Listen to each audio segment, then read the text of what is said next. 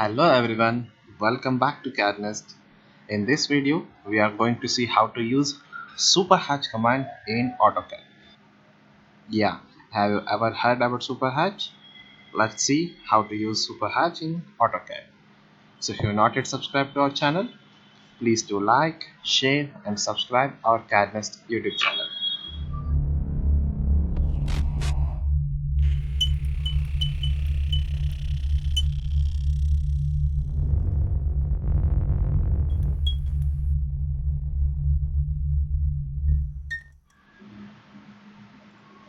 As I said, in this video we are going to see super hatch command. Super hatch is nothing but instead of using pattern, solid color, gradient in hatching, we'll be using a image instead of patterns.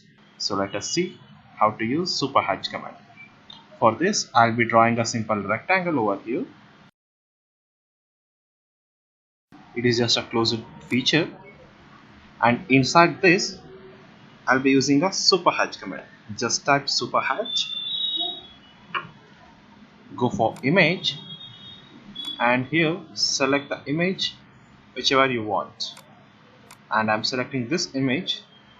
Just give it as open, and insertion point specify it on the screen. Give it as OK. Specify the insertion point. I'll be specifying this corner as an insertion point, and I'll be setting the size of image over here. If the placement of image is acceptable, give it as S, and it's asking to specify an option. Option is nothing but a closed region. I'll be selecting inside this closed region and give a enter key. And now you can see our image will be placed instead of patterns inside a closed feature. So this is what a super hatch command is. So for more updates, keep watching our CADD Nest YouTube channel. So this is all for now.